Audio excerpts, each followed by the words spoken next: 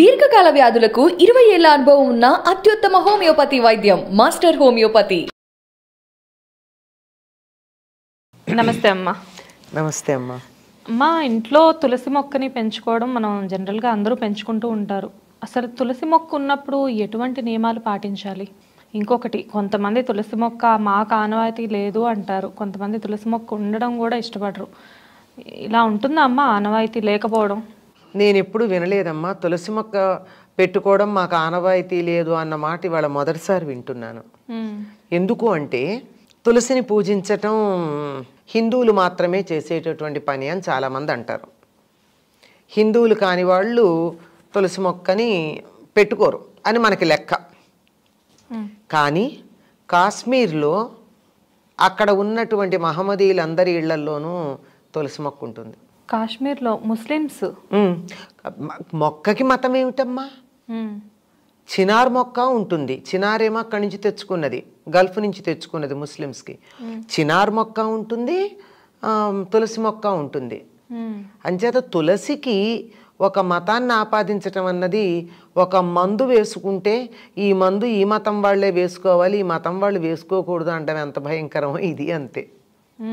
మొక్కలకు ఆనవాయితీ ఏం లేదమ్మా. కొన్ని పనికొచ్చే మొక్కలు, కొన్ని పెరట్లో ఉండకూడని మొక్కలు ఉంటాయి.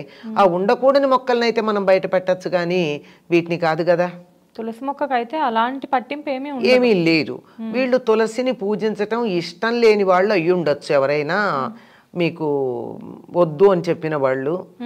అదొక కారణం అవుతుంది. తులసి కొన్ని పరిస్థితుల్లో బతకదు, అటువంటి శౌచాన్ని పాటించిన వాళ్ళన్నా అయ్యి ఉండాలి. ఇప్పుడు ఒకవేళ తులసి మొక్క మన ఇంట్లో ఉంటే ఎటువంటి ఆచారాలు పాటించాలమ్మా? నియమాలు? తులసి చాలా పవిత్రమైన మొక్క అని చెప్పడమే కాదమ్మా, అది ఔషధియుక్తమైనటువంటి, చాలా వేరు దగ్గర నుంచి కాండము, ఆకులు, పూలతో సహా, వెన్ను పూలు రెండు. వెన్నంటే ఇలా పూలు రావడానికి ఇలా గుత్తిలాగా వస్తుంది కదా, పూల గుత్తి, అది దాంట్లో ఉండే చిన్న చిన్న పూలు, ఆఖరికి కంటికి కనపడని చిన్న ఆవగింజల కన్నా సన్న గింజలు ఉంటాయి. ఆ గింజలు కూడా వాటికి ప్రత్యేకమైనటువంటి వైద్యంలో ప్రయోజనం ఉంది. అసలు తులసి గాలే చాలా మంచిది. తులసి దగ్గర నుంచి ఎప్పుడు ప్రాణవాయువే వస్తుంది తప్ప మిగిలిన చెట్ల నుంచి వచ్చినట్టు రాత్రిపూట కార్బన్ డైఆక్సైడ్ రాదు. ఆక్సిజన్, కార్బన్ డైఆక్సైడ్ అలా కాకుండా మొత్తానికి ఆక్సిజన్. మామూలుగా చెట్లు ఏంటంటే పగటిపూట ఆక్సిజన్ వదిలిపెడతాయి, రాత్రిపూట కార్బన్ డైఆక్సైడ్ వదిలిపెడతాయి. కానీ అట్లా కాదు, ఇది ఎప్పుడు కూడా నిరంతరం ఆక్సిజనే వదిలిపెడుతుంది కనుక చాలా బాగుంటుంది.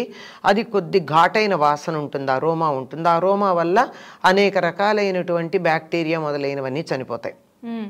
అంతేకాకుండా అది వస్తువుని పాడవకుండా చూడగలదు, డిజనరేషన్ ఉండదు. తులసి గురించి పరిశోధనలు ప్రారంభించిందే సుమారుగా కొన్ని దశాబ్దాల క్రితం ఒక సంఘటన ద్వారా.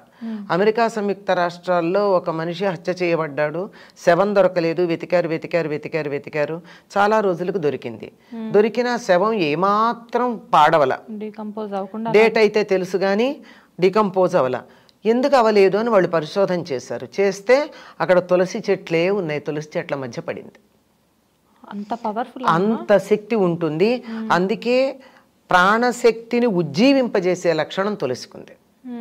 అందుకే చివరి క్షణాన తులసి నీళ్లు పోస్తారు. ఎక్కడన్నా లోపల ఎక్కడో ఉన్న ప్రాణం అంతా ఒక్క చోట వచ్చి ఏమన్నా యాక్టివేట్ అవుతుందేమో అని తులసి నీళ్లు పోస్తారు. అంత శక్తి కలిగింది. మరి అటువంటి చెట్టు ఉన్నప్పుడు ఏ నియమాలు పాటించాలి అంటే, ఆ చెట్టు ఎంత ఘాటైన వాసన శక్తి కలిగిందో అంత సున్నితమైంది, ఎక్కువ చలి తట్టుకోలేదు, అలాగే నెగిటివ్ వైబ్రేషన్స్ తట్టుకోలేదు. అందుకని కొంతమంది ఆ చెట్టు దగ్గరికి వచ్చి వెళ్ళారంటే చెట్టు వాడిపోతుంది.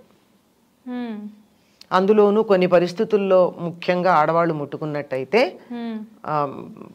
మొహమాటం ఎందుకు నిస్సంకోచంగా చెప్తున్నా, పీరియడ్స్ ఉన్నప్పుడు గనక ఆడవాళ్ళ చెట్టు దగ్గరికి వెళ్ళినట్టయితే చెట్టు వాడిపోతుంది. ఎవరో వాదించారు, మా ఇంట్లో నేను ఎప్పుడు ముట్టుకుంటాను, వాడిపోలేదండి, ఏం మాట్లాడుతున్నారని. నీలాగే అది కూడా గడుగ్గా అయి ఉంటుందమ్మా, ఎక్సెప్షన్స్ ఉంటాయి కదా ఎప్పుడూను, ఇది కూడా ఎక్సెప్షనల్ కేసు అయి ఉండాలి, జనరల్ అయితే కాదు. అన్నిటికీ ఉంటాయిగా అపవాదం అలా అని చెప్పా. అందుకని నాజుగ్గా ఉంటుంది గనక ఆ నెగిటివ్ వైబ్రేషన్ తట్టుకోగలిగినటువంటి శక్తి ఉండదు కనుక వాడిపోతుంది. అంతే, అంతకన్నా మరొకటి కాదు. ఎవరన్నా మాకు తులసి వద్దు అన్నారంటే అయితే సనాతన ధర్మాన్ని ద్వేషించేవాళ్ళు.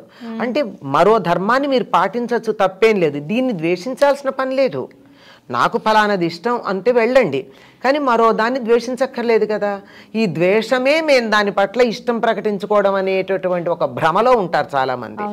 ఆ భ్రమలో ఉన్నటువంటి వాళ్ళు ఇది అక్కర్లేదు అని చెప్పడం మనకు కనపడుతుంది. లేదా ఇలాంటి నియమాలు ఏమీ పాటించకుండా శౌచము లేకుండా ఉంటారేమో, అది కూడా కారణం అవ్వాలి తప్ప లేకపోతే ఎవ్వరూ కూడా ఈ తులసిని దూరంగా పెట్టాలి అనేటటువంటి వాళ్ళు లేరు. అమ్మ, తులసిలో చాలా రకాలు ఉంటాయి. 5 రకాలు ఉన్నాయి. 5 రకాలు. 5 రకాలలో ఏ రకమైన మనం పూజకి సాధారణంగా మనం వాడేది మామూలు తులసి అమ్మ. ఆ తులసిలో కృష్ణ తులసి ఉంది, రామ తులసి ఉంది, లక్ష్మీ తులసి ఉంది. మనం ఎక్కువగా వాడేటటువంటిది ఈ లక్ష్మీ తులసి ఎక్కువ వాడుతూ ఉంటాం. కృష్ణ తులసి అంటే ఊదా రంగు, ఇప్పుడు మీరు వేసుకున్నా నేను వేసుకున్నా వీటిల్లో ఈ రంగుతో ఆకులు వస్తాయి, ఈనెలు ఆ రంగులో ఉంటాయి. దాని దగ్గర ఘాటు ఎక్కువ, దాన్ని కూడా పూజించవచ్చు. అలాగే రామ తులసి అంటే అసలు కాడది ఎంత పెరిగినా కానీ లేత పసుపు రంగులు, లేత ఆకుపచ్చ రంగులోనే ఆకులును కాడ ఉంటాయి. మనం మామూలుగా పూజించుకునే తులసి ఇంత లేత ఆకుపచ్చ రంగులో ఉండదు, మామూలుగా ఉంటుంది, ఆకుపచ్చ రంగే ఉంటుంది. కాడ ముదిరితే కాస్త వుడ్ కలర్ వస్తుంది. ఇది కాక ఇంకా కర్పూర తులసి ఏవో 2-3 ఉన్నాయి, ఇంకా 2 ఉన్నాయి. 5 రకాల తులసులు. విష్ణు తులసి, ఇంకోటి ఏదో ఉంది, 5 తులసి. తులసి మొక్క కొన్ని చోట్ల వాడిపోయింది అంటారమ్మా, కొన్ని చోట్ల నిద్రపోయింది అంటారు. అంటే ఏంటమ్మా అసలు దానికి పరిష్కారం ఏంటి? అమ్మ, తులసి మొక్క 2 ఏళ్ల కన్నా ఉండదమ్మా, దాని వయస్సు అంతా. అంటే ఎండైనా నీడైనా కరెక్ట్ గా దానికి తగ్గ దానికి టెంపరేచర్ తగినట్టుగా పెడితే కూడా 2 ఏళ్ల తర్వాత చెట్టు ఉండడం చాలా కష్టం. ఎందుకంటే దాని వయస్సు అంతే, అది బైనియల్ అంతే, 2 ఏళ్ల కన్నా ఉండదు. అట్లాంటప్పుడు సాధారణంగా తులసి కోటలో ఎండిపోయిన తులసి మొక్క కనపడడం శుభం కాదు అని కదా మనం అనుకుంటాం. అవును, చాలా మంది తులసి మొక్క ఎండిపోవడం చూసి కంగారు పడి అమ్మో ఏదో జరగబోతుంది అనుకుంటారు.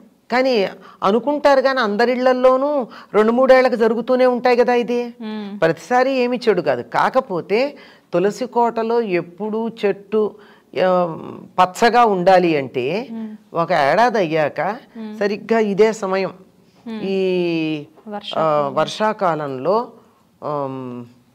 మన పూజలు వస్తాయి కదా, ఆ సమయంలో మళ్ళీ విత్తనాలు వేస్తారు అదే తులసి కోటలో. ఆ తులసి కోటలో వచ్చినటువంటి కొత్త మొక్కలు వస్తూ ఉంటాయి, పాతది వాడిపోతే తీసి పక్కన పెడతాం. ఆ పక్కన పెట్టిన మొక్కని ఏం చేయొచ్చు అంటారు? ఎక్కడ తొక్కకుండా ఉంటారమ్మా, పక్కకు పెట్టాలి, ఏ నీళ్లలోనా వెయ్యాలి, లేదంటే దాన్ని జాగ్రత్త పరిచి ఆయుర్వేదం వాళ్ళకి ఇవ్వచ్చు. లేదంటే తులసిమాలలు తయారు చేస్తారు, అవును, ఇప్పుడు ఇస్కాన్ వాళ్ళకి ఆ మొదలు లావుగా ఉన్న మొదలుని ఇవ్వచ్చు.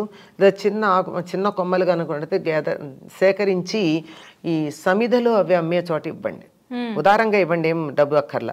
ఎందుకంటే కొన్ని హోమాలకి తులసి కొమ్మలు కూడా హోమంలో వేస్తారు, నిద్రపైన చెట్టును కూడా వాళ్ళు హోమం అలా తీసుకు వాటిల్లో వాడతారు. ఇంకోటి ఏంటంటే బాగా చలి ఎక్కువ ఉందనుకోండి, -1 డిగ్రీలకి చలి వచ్చేస్తూ ఉంటుంది కొన్ని సందర్భాల్లో, ఆ చలిని తట్టుకోలేదు తులసి. అందుకని అప్పుడు ఆకులన్నీ రాల్చేస్తుంది, నిద్రపోయింది అంటారు, అప్పుడు దాన్ని అంటారు. అప్పుడు దానికి కొంచెం వెచ్చదనం కలిగించాలి. అందుకే మనం కార్తీక మాసంలో ఏం చేస్తాం, తులసి కోటలో దీపం పెడతాం. చలికాలం తెల్లారుజామున 4:30కో 5కో పెడతాం కదా, ఆ దీపం నుంచి నూనె వేసి ఒత్తులు వేసి వెలిగించిన దీపం ఉందే, ఆ దీపం నుంచి వచ్చేటటువంటి వేడికి చెట్టు చాలా చక్కగా ఉంటుంది. థ్యాంక్స్ అమ్మా, మంచి ఇన్ఫర్మేషన్ ఇచ్చారు. నమస్తే.